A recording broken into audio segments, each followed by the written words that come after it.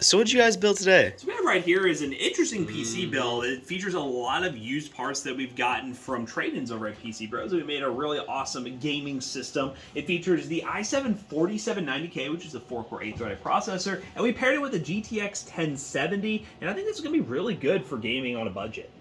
Yeah, so of course with this PC, you're going to be able to do quite a bit of gaming, esports titles, some AAA titles. You could probably do some streaming too, because you got the Invent encoder. They're making so much fun of me. It's kind of hurting my feelings, but you know what's not hurting my feelings is how good of a deal it's going to be at PC Bros. $800, and we are having lots of discounts coming up. Veterans Day, Black Friday, Cyber Monday, all of freaking December. So a lot of really good sales. And where are we going to be posting those, Matt?